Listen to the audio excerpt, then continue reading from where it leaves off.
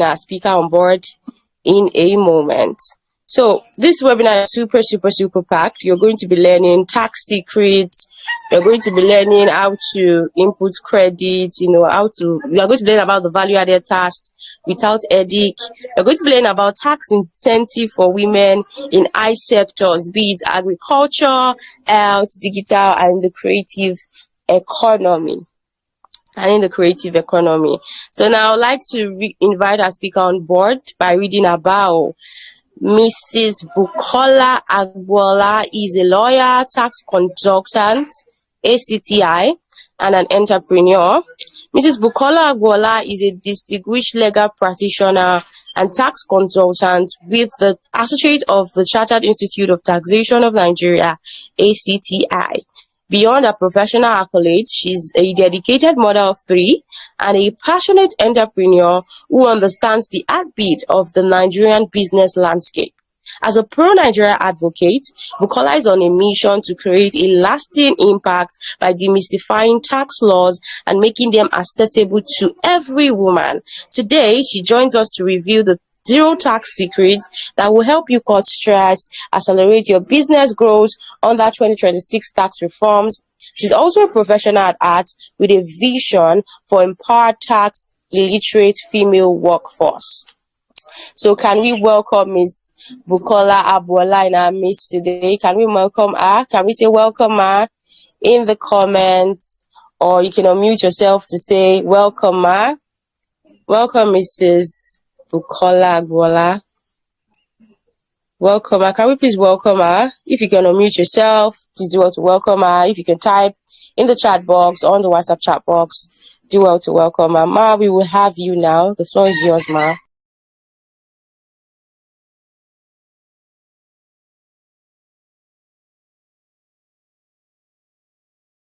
See my video as well. Good morning. Yes, we can see you this morning. I can see you, Ma. Good morning, everyone. Thank you so much, Ade. Thank you so much for having me. So I'm just trying to share my screen, and then we can begin. So please do let me know if you can see my screen. I'm using my tab, and I hope you can still see me. Yes, we can see your screen. We can see you, Ma. Okay, you can see me. Okay, great. But I won't be able to see anyone.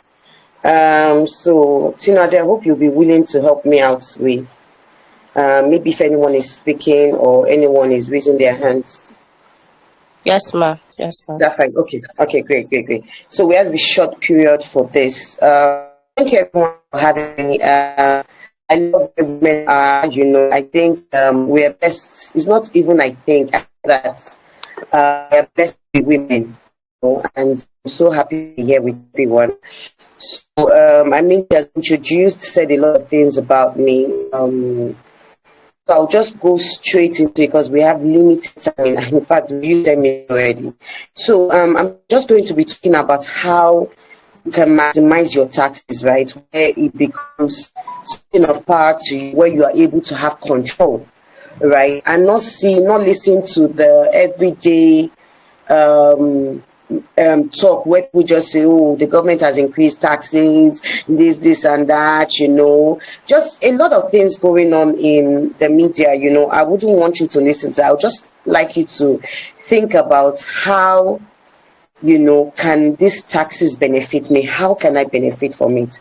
If you've not been paying taxes, yes, maybe it might be a big deal for you that you've not been paying. Even for those that have not been paying taxes, there are ways around it. Legal ways around it that you can look at it and say, you know what, I want to start to do the right things, right? What do I need to know? So that's all I'll be sharing with us today. And I know that we have entrepreneurs here. Maybe by wave of hands. Like I said, I can't see anyone. I'll try and see if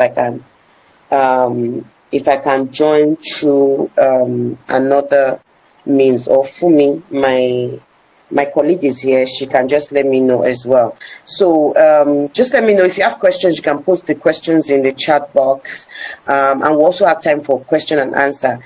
Anyway, let's dive right into it. So to talk about the taxes, right? I was once like you. If there's anyone here that doesn't understand taxes or is very averse to it, not really liking anything when it comes to taxes, or your brain just shuts off, I was once like you, right? And I would say that it's very easy.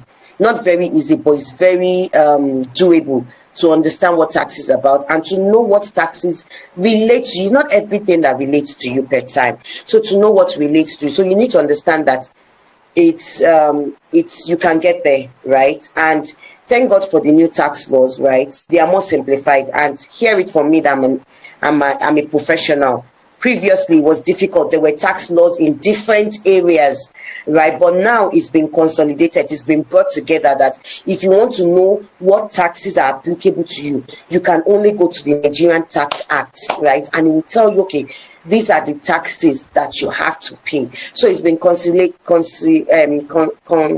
consolidated, and then you have fewer obligations. Is a more simplified tax regime. So if someone were to ask me that with the new tax laws, is it more positive than negative, I would tell you, based on my experience, I'll tell you that it's more positive, it's more good than harm, right? So that should open up your mind to wanting to know what it is. So we'll also go in. So most of the taxes commenced, two of them at least commenced January 2026. Two of them had commenced earlier in June 2025, right? But commencement starts January 2026. So it's important that you know what your taxes are, right? So we have, like I said, the best way to understand taxes is think about the name that comes with the taxes. So let me give an example. Right now, you have PIT that I wrote here, personal income tax. That means your personal, your own, you as a person, the income that you make, tax, personal income tax, right? If you think about CIT, company income tax, that's for your company, right? If you think about withholding taxes, it's something that they hold back. So withholding taxes is not a tax on its own. From your PIT and CIT, I'll go on to describe that later. If you think about VAT, value added tax, so it is tax that is for value addition. When you've added value to something, there's a tax on it. Capital gains tax is when you've made a gain on a capital asset. That's when it's called capital gain tax. But I'll go into to explain further. But the most important thing is that know the basics. Know what even if you're going to hire a consultant, a professional, you also must know what the basics are. It will help you to reduce stress. It will help you to accelerate your business growth. And that's what we're talking about today. Do I have people still following me? Mom. So you can just say hi. Okay, great. Thank you so much. Okay, so we're going to go into the taxes. It's very important that we understand that first of all. So personal income tax, right? These are the basic taxes that you need to understand. Only if you are involved in specialized businesses like maritime, shipping, oil and gas, would you need to know some other ones. But these are the basics for if you think about the general taxes, right? So we have your personal income tax, right? Like I said, it's something personal to you. So it's either you are in the workforce, you are working for someone, you pay your payee, right? That's the one that they deduct monthly from your salary, right? And that's under personal income tax. Or you are a business owner. When you're a business owner, you pay direct assessment. So payee is paid monthly, right? Direct assessment is paid every year. So business owners, entrepreneurs, whatever you classify yourself as, self-employed, you pay your taxes on a yearly basis. But if you're working with someone, you pay on a monthly, it's deducted from your salary. And the rates are different from 0%. So when I say 0%, that's for someone not paying anything, to 25% to those that are really, so it's progressive. So the more money you make, the more you pay in taxes, which is good because it means that we are going to be taxing the people that are richer in the economy. And what are the taxes used for? The taxes are used to make the economy better, right? No one has a personal gain from any tax. It's just for the whole economy, right? That's how government generates revenue. And like she read in my profile, I'm a tax advocate, so I try to stay on both sides and try to help both sides to say, okay, government is collecting all this money, what are they using it for? Following through on that as well, and also letting people know of the things that government too is using money for. Because the truth of it is, if you listen to just media, if you listen to just people talking anyhow, you'll feel like nothing is being done. Some things are being done, but they can do much, much more. right? So the personal income tax, it ranges from 0 to 25%. If you're earning the minimum wage currently is 70,000. If you're earning the minimum wage, you are not paying taxes at all, right? So it depending if that minimum wage is increased, and this is the national minimum wage, so not the one that pertains to each state, is the national one by the Minimum Wage Act. So if you're earning the minimum wage, whatever the minimum wage is increased to in the future, if the minimum wage is increased to 240,000 in the nearest future, you will not be paying tax according to the current tax laws, right? So I earlier said that you pay monthly or yearly, right? Then what we have with the new tax law is that capital gains, which was 10% before, it has now been merged into either the PIT or the CIT. So depending on who is paying, who has that capital gain. So if it's a company that maybe bought land at 100 million, they sold it for 200 million, they make a gain of 100 million.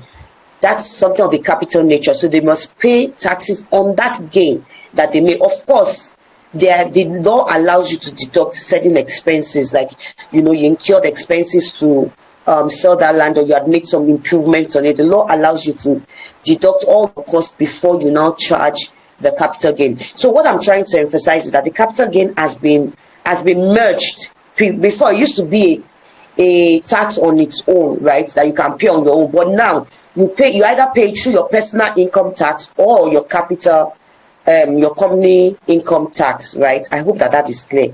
Please, if at any point I've lost you, just make a comment, and then someone can read out the comments, because I really would love for you to really have a total grasp of it, right? So we've talked about the personal income tax. Let's just quickly run into the company income tax. I hope I'm not too fast.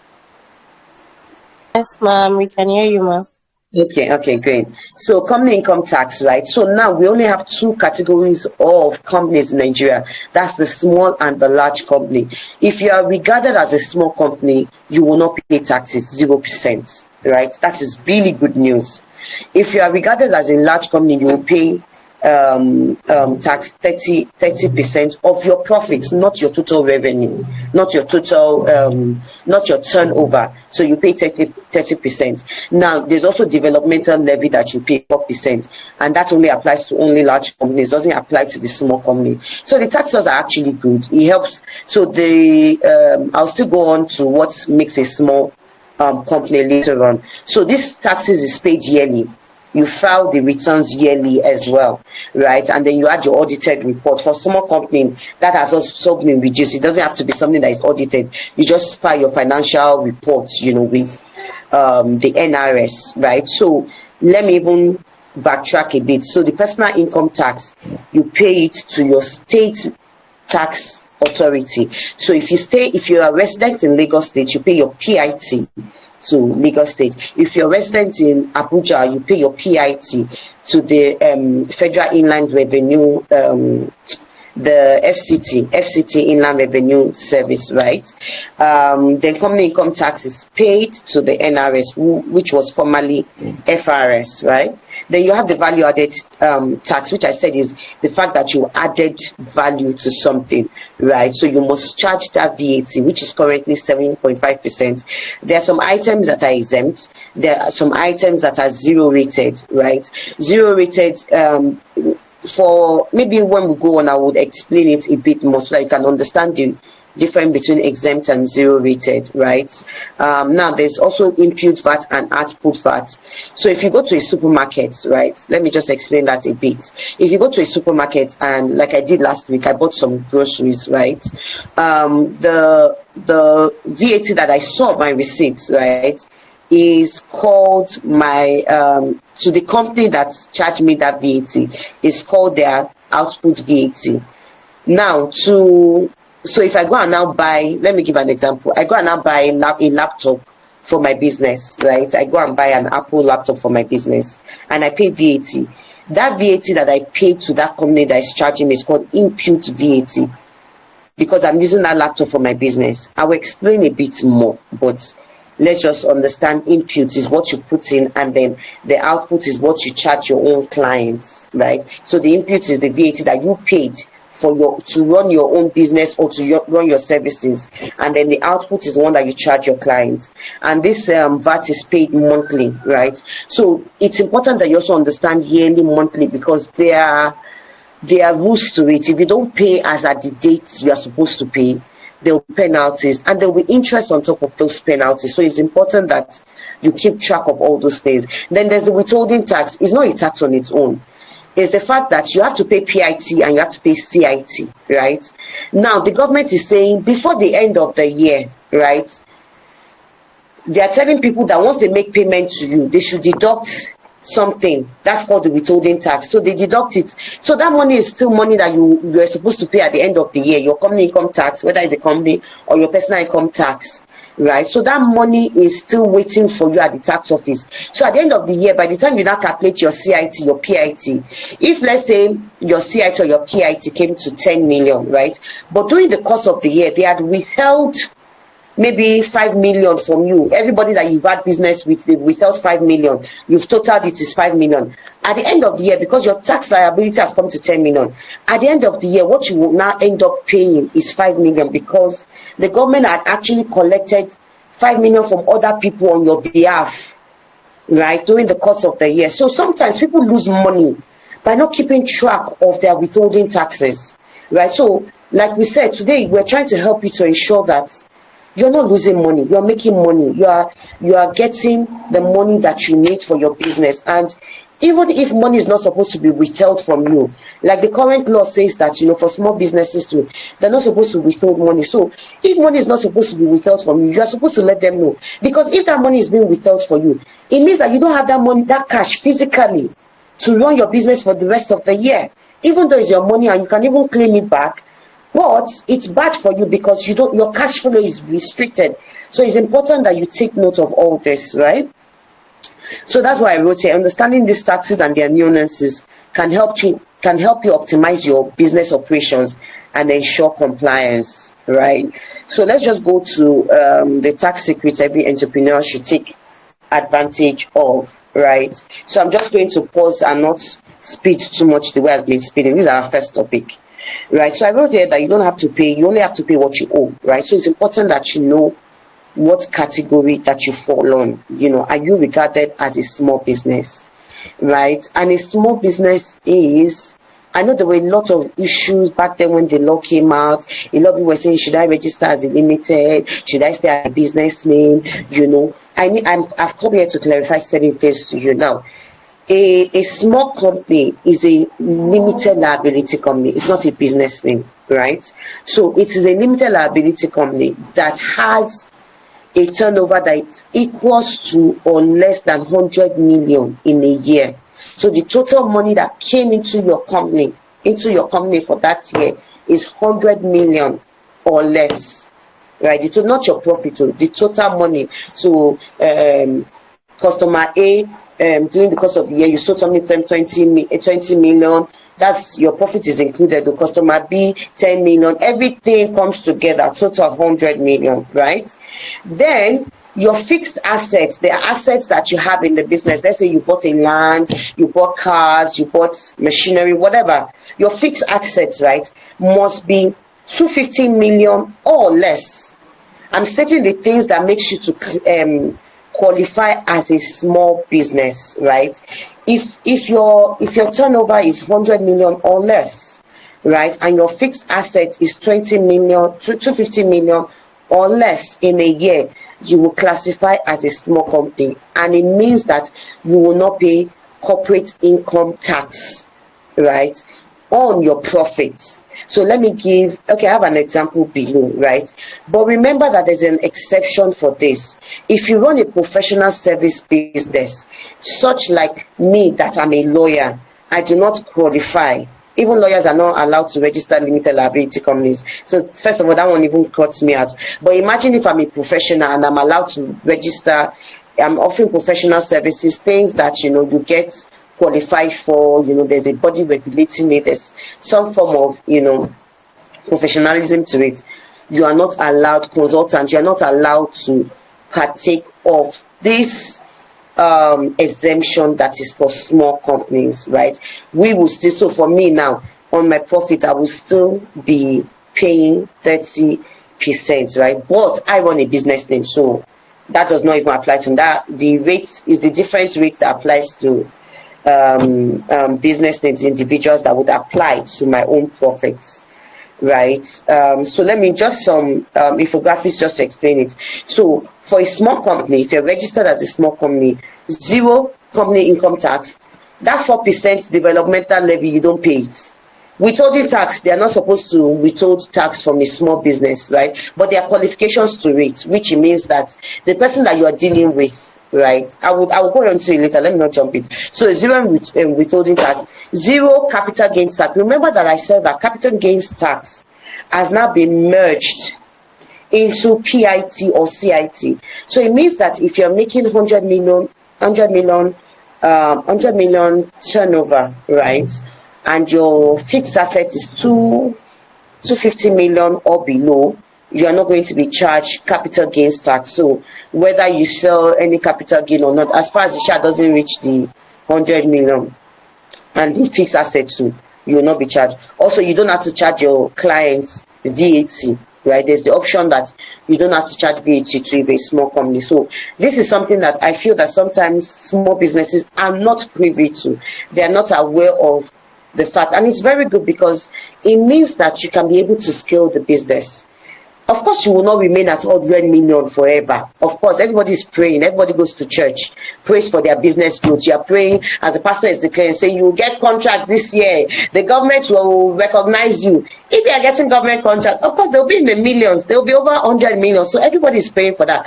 But for the meantime that you're starting, you know, that the government gives you that leeway, and it's good because it means that, let me give a real life case study which I wrote here, right? So Amina owns a high-end store, a high-end salon in Abuja. She makes 100 million yearly. Under the old tax laws, Amina would have been thinking about, oh, you know, I need to pay CIT 30% on the profit that I made for my 100 million. So let me even clarify it. So let's say Amina made 100 million, right, as turnover last year, 2025. Remember that I said that the law commences 2026. So you will not be, the way the assessment works is we run a self-assessment in Nigeria, both for your company and for your personal. You are the one that will come and tell the authorities that I have assessed myself. That's why it's called, like I said, the words are very understandable.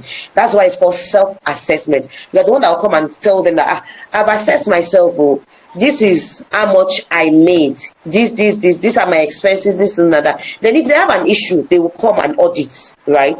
But if not, you know, that's the system that we want. In the Nigerian system believes that, you know, you are going to do the right thing, and they give you the leeway to do the right thing, right? So that's the kind of assessment, even for your company as well, right? So if in 2025 Amina made 100 million, right? Yes, I was going to say something else.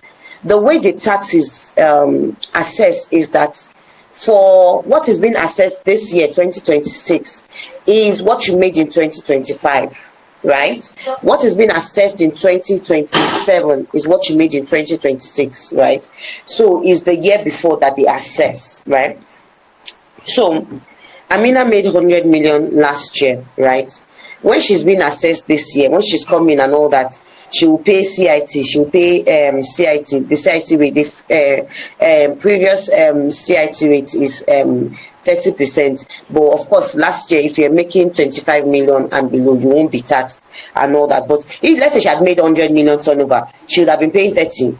Then, sorry, it would have been 25. It was graded 25 and 30 for last year. So she would have also been charged withholding deductions, you know, from people that charge that. Also, she would have charged VAT. You know, she won't. Okay, so like I said, depending if she was making 25 million, but we've said it that she's making 100 million last year, right? So she would have paid all that.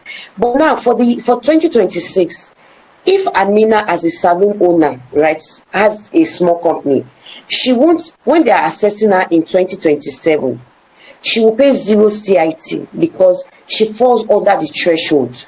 And let's just say the things that she has in her salon, her hair dryer, the straightener, whatever, is not up to 250 million in total assets, right? She will fall under it, so she'll pay zero CIT. It means that her profit, so let's say out of the 100 million, let's say expenses, everything came to 20 million, and Amina made a profit of 80 million naira. It means that on that 80 million naira, the government is not getting anything. That means that 80 million naira is solely for Amina Beauty Limited. If you're understanding me from where I'm coming from, it means that she doesn't get to pay anything. But if she had made over 100, she will pay 30% on that profit, right? Now, don't let me scare you. There's a way that is calculated. It's not just solely that. There are a lot of expenses that you are allowed to remove as a business. I can't go into the technicality of that because that's just going to, bore a lot of people, right? But I mean, you can reach out to me one-on-one and we can have this kind of consultations, right? Where I can really look into your business, I can get more details and really be able to break it down. So there's something that we also call capital allowance that you're allowed to deduct. A lot of other things that will be allowed as far as the expense. The rule now is wholly and exclusive. If you incur an expense that is wholly and exclusive, I use the WE principle, WE. So it's only and exclusively used for your business. You are allowed to deduct it, right? So all that is just the main aim at the end of the day is speak to a professional that can help you to ensure that you deduct all your deductibles. So imagine if you didn't deduct all your deductible and your profit came to 80 million naira, right? You would be paying 30% of that, right? So imagine if you didn't deduct all and the taxable profit came to 80 million, you pay 30%. But imagine if you deducted all the deductibles and your taxable profit came to 60 million naira. So imagine the gap. You will now be paying 30% of 60 million or 30% of 80 million. That's why it's important that even when you've passed the threshold, you make sure that you maximize on all the deductibles that are allowed, right? And it pertains to businesses, different businesses as they go. So I said that Amina will not pay CIT, company income tax, on that her business. Now that money that she has saved, just think about it. What can happen with it? She can use that money to reinvest into the business, right? She's not paying it to the government for the government to use it for the economy, to better the roads, to better the schools, to provide free tuition and all that. She can now pour that money back into her business to ensure that she uses it to grow the business. Maybe she will now have a second shop, or she can have more hands on board, right? So she can really scale, and then when she now grows out of that 100 million, she can know that okay, she has fully established her business, and she now starts to pay taxes to contribute back to the economy that is also helping her as well, that she's also benefiting from, right? So in doing this, you must ensure that you keep proper records. It's very important. Sorry, I have a cold. So it's very important that you keep proper records. You have your receipts. You keep track. So you must be structured for you to be able to benefit out of all these things. If you are not structured, if you are not a structured business, the laws will not favor you, right? Because there's even something that came out recently, presumptive tax, right? The presumptive tax says that, the presumptive, excuse me, my nose is being blocked, so is thank you so much, is sometimes not helping me to talk. So the presumptive tax regime is sort of that for people for people that don't keep records, right? So the woman that sells corn on the road, right? Who was maybe the vulcanizer, right? For them, if they can gauge that they're not making up to 12 million naira annually, right, they will not pay anything. But if they gauge that, the funny thing is that even this informal sector, a lot of the informal sector even make more money than some of the formal sector.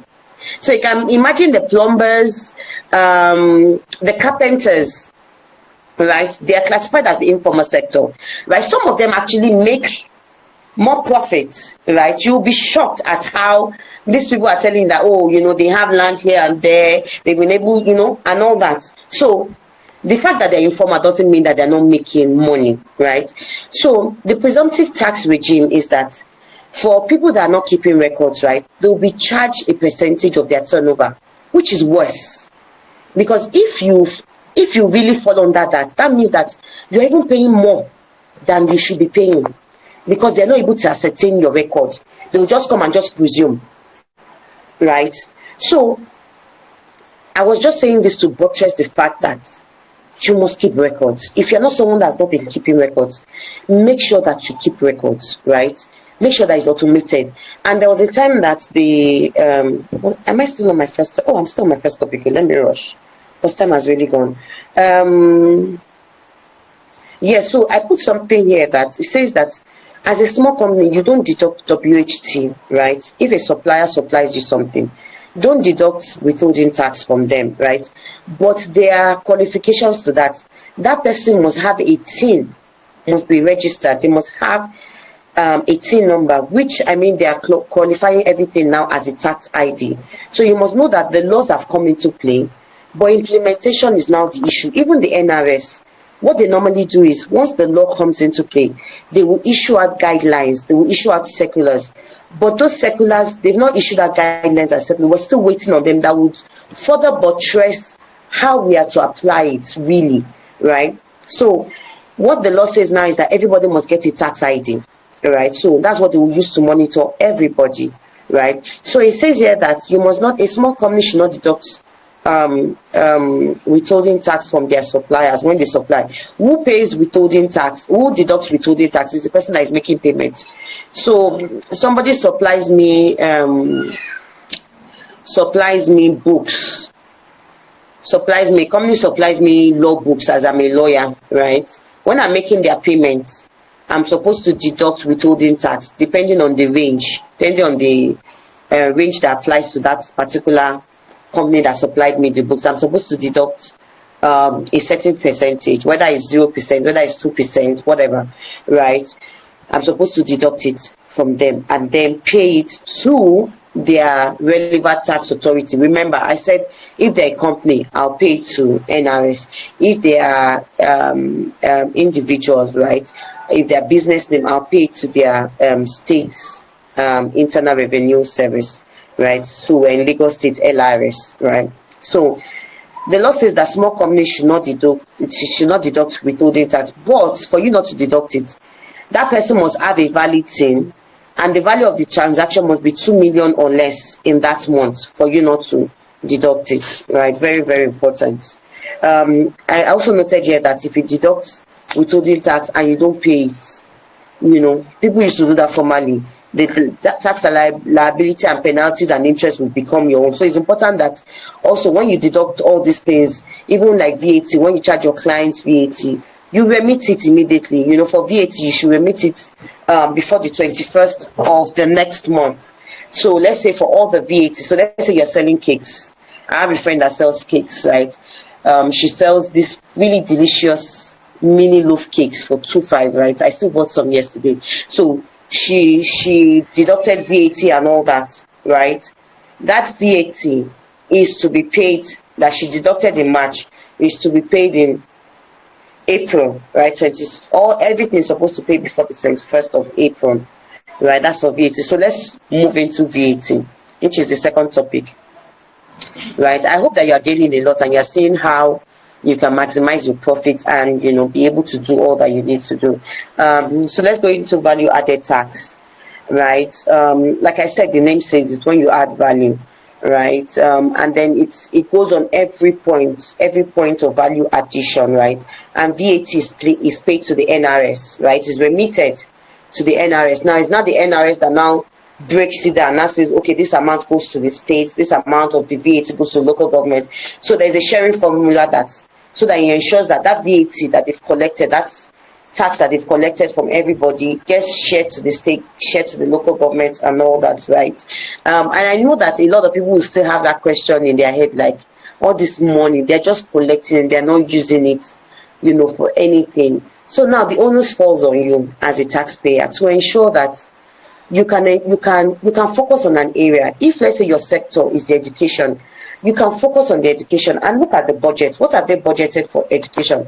Follow it through, and I think that it plays a lot on a lot of us as Nigerians to ensure that we follow through on these processes, to ensure that they are being utilized properly, and they are being utilized maybe not fully. Even if we say there's no way we can get a full utilization, it's possible. I will not dispute that. But I mean, every government everywhere, finds a way to take money out of the system, right? But at least let them even use it to some level, right?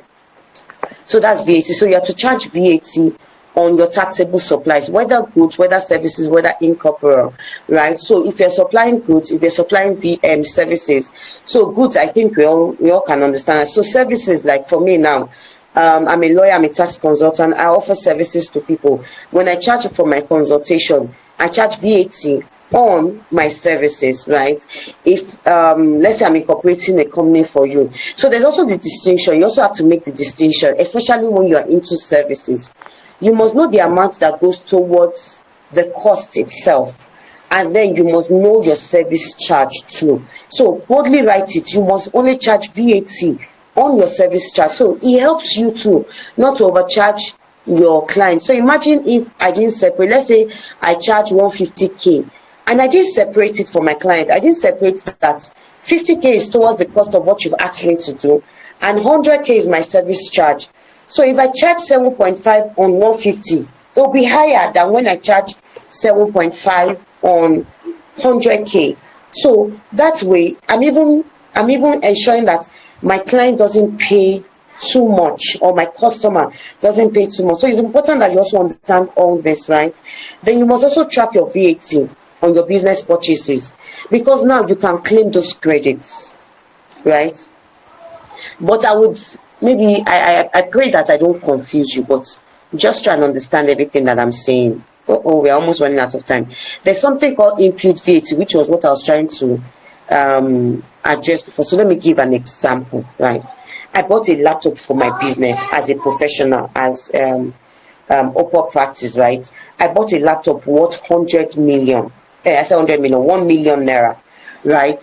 Now I paid VAT on that. That's why I wrote here that you must make sure that for you to claim impute VAT, make sure that you deal with suppliers that charge VAT on their receipts. So I bought my laptop from Computer Village. I bought it from a company called Computers Limited and Co. Right? I bought it from them. They charged me VAT of 7.5 on the 1 million, which comes to 75,000 naira, right? Now that 75,000 naira that I paid on that laptop, I can claim it back when I'm paying all the VAT that me too I collected for the government from my clients. I can remove that 75 that I paid for my laptop, because that my laptop is used for my service that I'm also using to get VAT, that I'm using to generate income to get VAT for the government. I hope that I've been able to explain it, but I mean, when we go into the question and answer, but if you are under the small companies threshold, it says that you don't have to charge VAT. Now, for you to be able to claim input VAT, you must have output VAT. So if you're not charging VAT, your clients this thing, but the law allows you to opt in back for that service, for you to say, okay, I'm going to be charging VAT, even though I'm still under the exemption of CIT, that I don't pay 30%, right? So that it depends on your business. If your business is a business that the input VAT is a lot, is heavy. So let me give an example. My husband runs a print press. They buy machines for their print press. So if they are input VAT, imagine buying a machine of maybe like 20 million and you pay 7.5% VAT. That input VAT is a lot, and you should claim it back, right? So it depends on business. Once we assess, once we go through we go through the consultation phase, and we assess, and we can advise, we can say, okay, you know what, opt into it, and all that. So that's So there are different things: zero rated, exempt goods. I said I was going to say this. So if you fall under the zero rated, right, you can claim back your input VAT. So even though, so let me give an example. For schools now, they have zero rated things like tuition. You know, your school, your children's school should not charge you VAT on tuition. They are zero rated, and things that are zero rated, even though they are zero rated, you didn't claim VAT on it, right? You can claim your input VAT. That's the difference between zero rated and exempt. For things that are exempted VAT, right, you can't claim input back on it, right? So let me just round off with the last part of it, which is tax incentive for high growth sectors. So if you're into the agri, if you're into crop production, livestock, farming, and all that, you get 5 years off. So for the next 5 years that you start your business, right, you won't pay any taxes at all, right? And that's because the government wants to develop this area. So if someone was to ask me now that what areas can I put my money in, you can put your money in agri, right? Of course, after due consultation, we'll be able to do, tell you specifics of what you need to go into. So agri businesses, there's also something called economic development incentive. I'm going to round up shortly. Economic development incentive, priority sectors, that says that, if you belong to this area, you don't have to pay taxes. They will reduce the taxes that you pay, right? So there are different areas that apply to women as well. There are different areas. I know that I've seen one part that says if you're doing attachments, but like I said, this is based on, you come and then we consult for you. Then there's also research and development. So the law now allows you to deduct 5% of your total turnover for research and development. It means that you can just grow your business more. So if your turnover is maybe, I mean, for people that are 100 and below, there's no need for this. The money is totally yours anyway, so you can do whatever you want to do with it. But for people that cross the 100, so let's say your turnover is 200 million, the law allows you to deduct 5% of that to say, you know what, you are going to use that into research and development, and you will deduct it before they now tax your profits, right? Which is a good thing. It means that you can just develop your business more and get new ideas. So that would be all for today. And what I'll just say is, ensure that you're registered, because I mean there's so many things that I have not said, right, that will be tailored to your particular business when you come for consultation. Make sure that you get your valid tax ID, because there are parts of the law that even say that if you are not registered, that whoever is paying you that money, they should deduct, we told you that they should deduct double of it. So imagine, let's say you're supposed to pay withholding tax of maybe 100,000. The law is not saying that they should deduct 200,000 because you are not registered, you don't have a tax ID. So it's important that you look at your business, you register, you digitalize your records, you have records for everything, you keep account of everything, right? And then if it's, you're under the priority sectors and all that, you claim your niche, you go into it and really just use that period to really develop your business. So thank you so much. It's important that you try to save as much as you can, right? And it's also important that you plan, you understand the rules regarding your specific business, right? So that it can ensure that you're optimizing, right? Don't run away from taxes. It's better that you optimize, because no matter what, the tax authorities will still get you one day or the other. They will still get you. Now they're even doing more technology into it, right? So I'll just round off, not to take too much time. Thank you so much for spending your time with me today. Over to you, Tinade.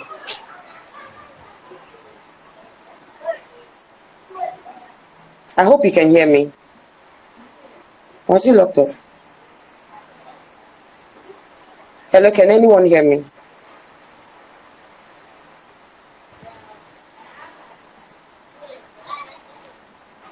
Can anyone hear me? Yes, we can hear you, ma. Thank you, ma. Thank you so much, ma. Over to you, Tinade. Okay, so I don't know, maybe she has network issues. I think it's time for questions now. Yeah, Yes, ma. please go ahead.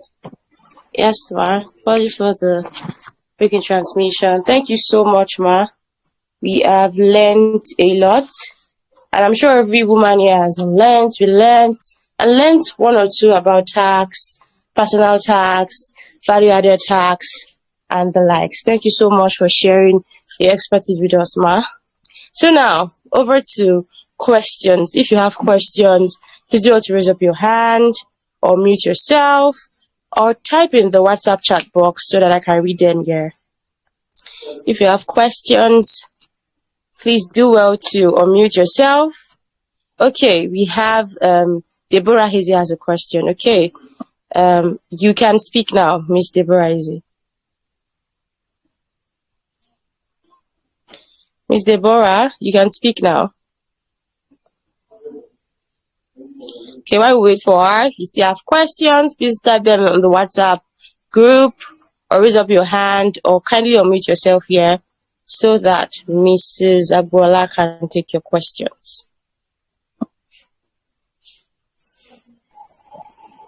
Okay, good morning, Ma. Thank you so much for the training. I really appreciate it. It has been quite enlightening. My question is this: I want to get clarity on this business name and registering as a limited company. If as a business owner, you're not yet making your turnover is not yet up to 100 million, and it's not even up to 50 million. Is it advisable to register as a liability company, or the person should just maintain business name status, registered business name status? Thank you. Okay, so should I take the questions one by one? Should I answer it, Tinode? Yes, Okay. ma'am. Yes, ma'am. Okay, so as a consultant, I can't give you a clear answer without assessing your business. But on the face of it, right, I don't know your business that much, right, until I sit down with you. But on the face of it, yes, it's better because it means that, let me tell you the reason why it's better on the face of it, right? If you are, that company will not pay, even though that company will pay you your own salary, right, and you will pay your salary to the government, right, but the company will not pay taxes, will not pay company income tax on the profits that it makes. But if it is an individual, if it is business name, you will still pay taxes based on the rates, on the rate of personal income taxes, right? You will still pay taxes after you've deducted all your this and that. The remaining profit will be seen as your profit, as Deborah's profit, because you and the business are seen as one person, Deborah. Whether you give it a different name or not, you are still the same one person in law, right? So whatever profit that company, that business name makes will still be seen at your profit, and then LRS will say that you should declare that profit as your source of income. So they will not tax you based on the tax rates, right? So on the face of it, it's better to register as a limited, but we still need to assess your individual business. I hope that answers your question.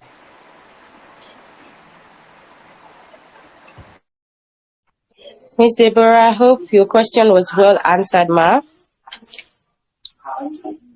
Okay, so, if you still have questions, please kindly raise up your Thank you, Ma. hands. Though I didn't really get the answer because my line was breaking. So thank you.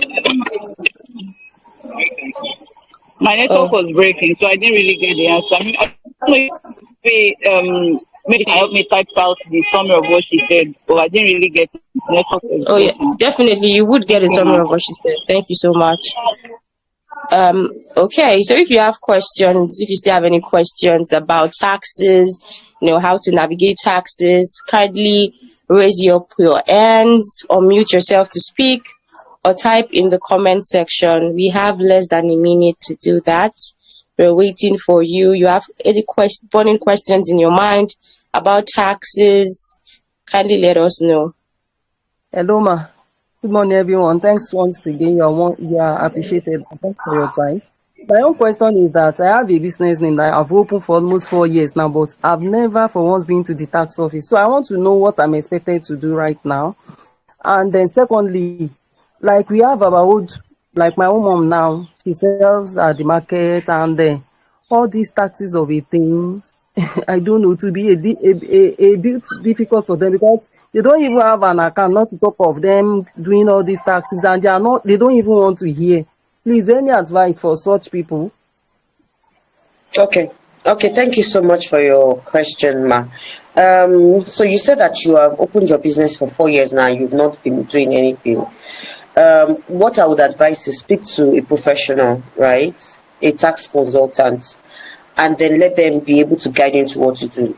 So I'll just give example. Like I said, right, I'm very careful to say that it's based on your business, right? And that's why a professional should tell you that I need to assess you first before I can give you a proper tax opinion.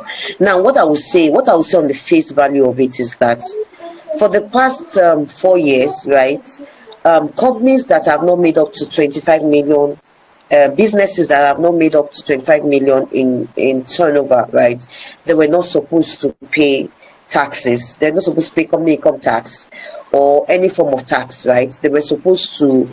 So you might fall under that, right? You might fall under that you are not even due to pay any tax. But even though you are not due to pay tax, you still have obligations to file, to go back to it's just the way you do your annual returns with CAC. You also do it with the tax authorities to say, oh, this is what has happened though for the past 1 year. Do you understand? This is what has happened though for the past month regarding VAT. So in those instances that you have not done that, you most likely would have incurred liabilities, right? So it's not for your tax consultant to be able to help you out. It's better than never. It's the time is now for you to go and seek opinion to know what to do and to do the right thing and clear whatever you need to clear. Sometimes you might not even have to pay anything. That's the truth of it. You know, I've had some clients that, you know, sometimes you might not even need to pay anything. It might just be, okay, you need to just sort out PR and all that. And that's just to be clear, you know, just to be frank with you. I mean, we're all women. And sometimes women tend to run away from this. They're just like, well, I'd rather just leave it there than not even do that. It's better for you to just go and just even get advice of what you need to do. Do you understand? And then do it so that you can start to now do it well. Now, concerning your mom or the women that are trading in the market, I said it. Taxation is that if the tax authorities can presume that these women are not making up to 12 million, we've not seen the guideline. They just signed it this week. I think it was on Wednesday that Mr. Wale Edo signed it. We've not even received the guideline to read it, but the summary of what they said was that if they're not making, they can presume, that's why it's called presumptive taxation. If they can presume that they're not making up to 12 million, they don't pay anything, and nobody should have to charge them anything. So there's a lot of things that, you know, these people also need to be aware of. We also need to preach to them to let them know that this is what the law states. So don't let anybody come to you and start charging you. But if they presume that they make more than that, they said they will charge them a percentage, 1% or so of their turnover, what they can assume to be their turnover. But the end of the game is that everyone, really, if you're involved in business, you are supposed to try to sort of formalize.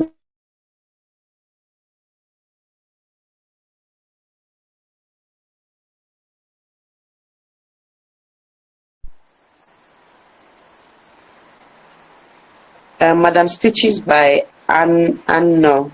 Does that answer your question? Ma, very well. I'm grateful, ma.